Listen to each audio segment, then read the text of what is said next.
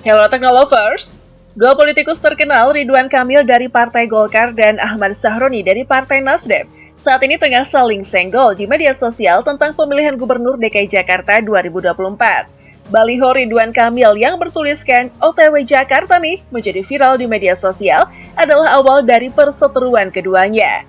Baliho ini tampaknya menunjukkan bahwa mantan Gubernur Jawa Barat ini akan maju dalam Pilgub DKI Jakarta tahun 2024. Sahroni kemudian menanggapi baliho tersebut. Politikus yang berasal dari Tanjung Priuk, Jakarta Utara, dengan jelas menyatakan bahwa dia tidak melihat Ridwan Kamil sebagai penghalang dalam pemilihan Gubernur DKI Jakarta.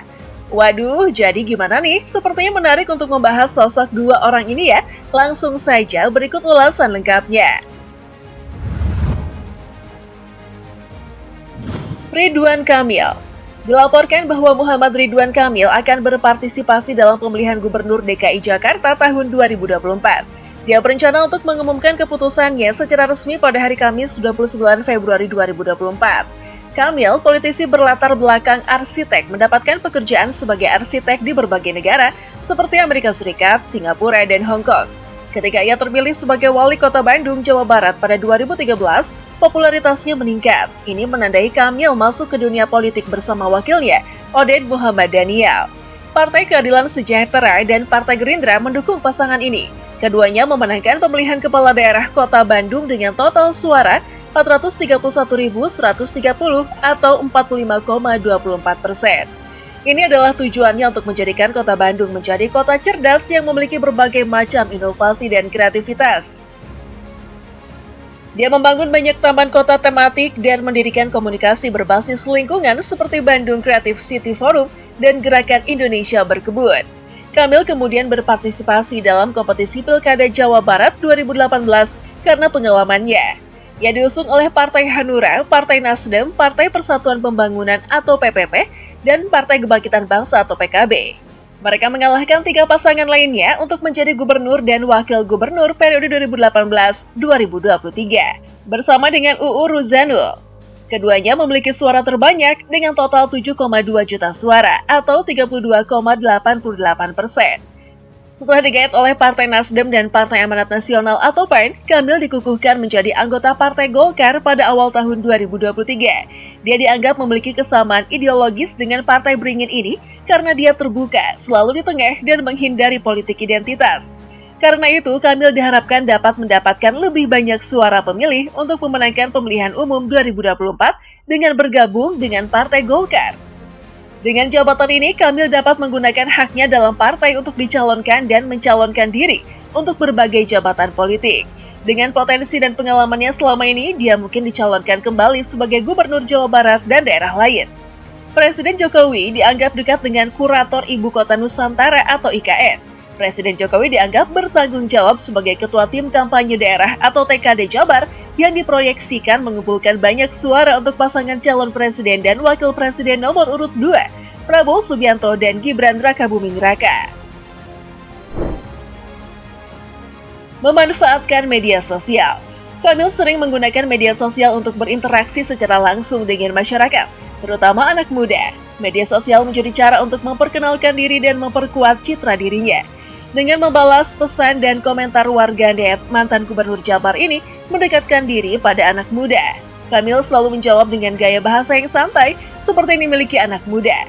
Dengan cara yang tidak biasa ini, Kamil secara implisit menunjukkan bahwa dia akan maju sebagai calon Gubernur DKI Jakarta pada Pilkada 2024. Ini muncul setelah unggahan baliho Kamil yang seolah-olah pamit dari Bandung ke Jakarta tersebar luas. Ada banyak pertanyaan yang muncul sebagai akibat dari pengulangan ini. Kamil meminta orang-orang untuk bersabar sambil menunggu konfirmasi pada hari Kamis 29 Februari 2020. Ia masih mempertimbangkan berbagai faktor yang mempengaruhi tindakan politik setelah Pilkada DKI Jakarta. Saat mengetahui tentang kampanye mantan Gubernur Jawa Barat itu di Pilgub DKI, orang yang dekat dengan Ridwan Kamil hanya mengatakan bahwa baliho yang menampilkan Ridwan Kamil tidak terkait dengan politik. Namun, baliho-baliho itu tampaknya mengandung pesan yang ingin menuju ke Jakarta. Selain itu, dia menyatakan bahwa keputusan Partai Golkar yang saat ini menunjuk Ridwan Kamil sebagai Wakil Ketua Umum Partai Golkar akan sangat mempengaruhi pilihan politik yang akan diambil oleh Ridwan Kamil.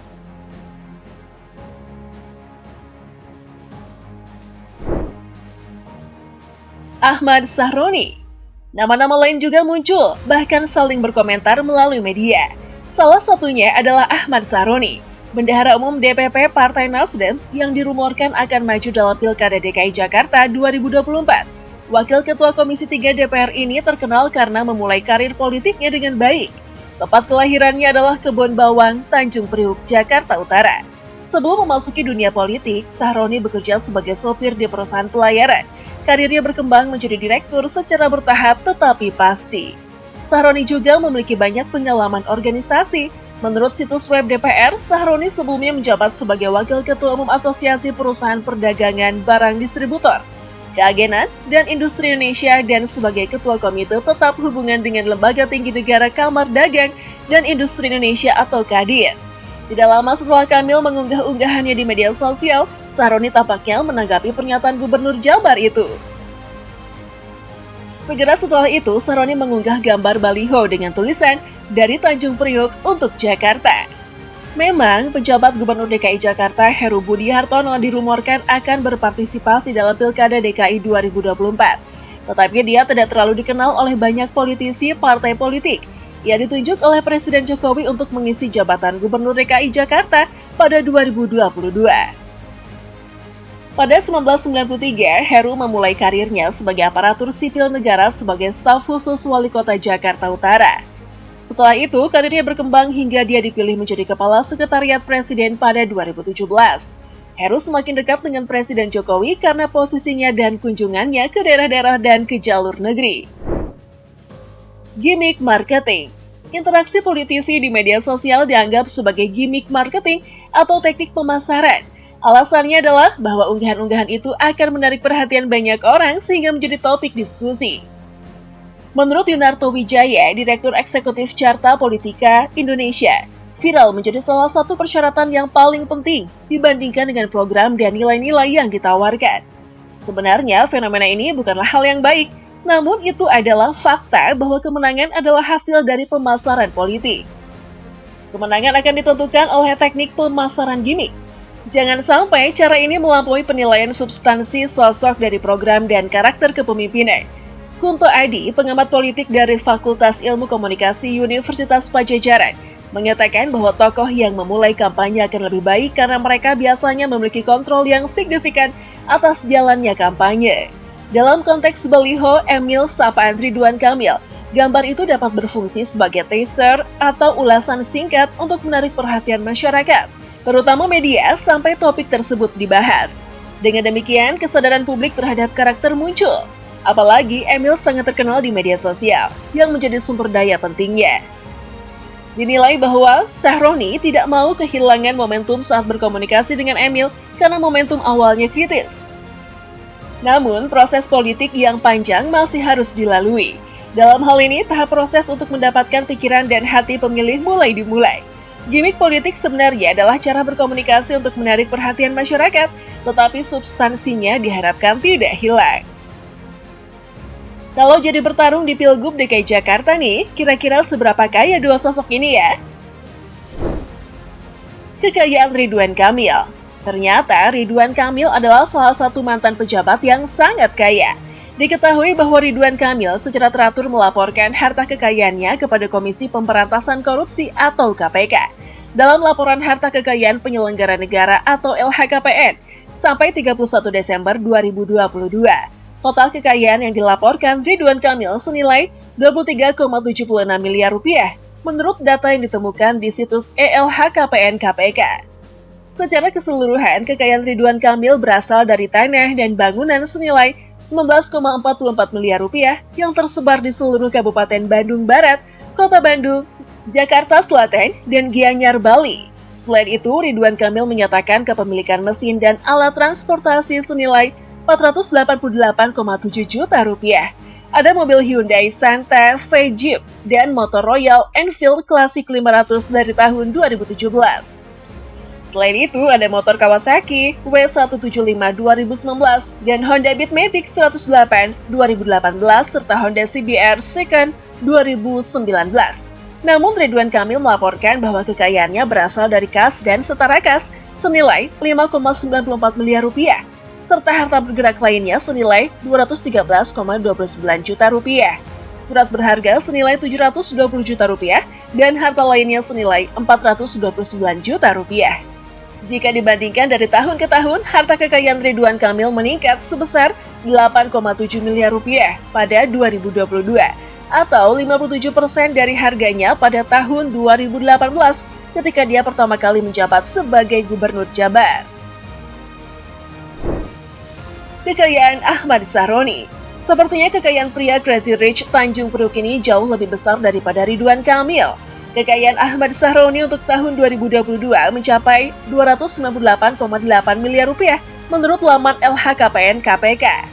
Aset tanah dan bangunan bernilai Rp137,48 miliar adalah sumber kekayaan terbesar Sahroni. Tercatat Sahroni memiliki 16 aset tanah dan bangunan yang tersebar di seluruh wilayah DKI Jakarta yang sebagian besar merupakan hasil usaha sendiri.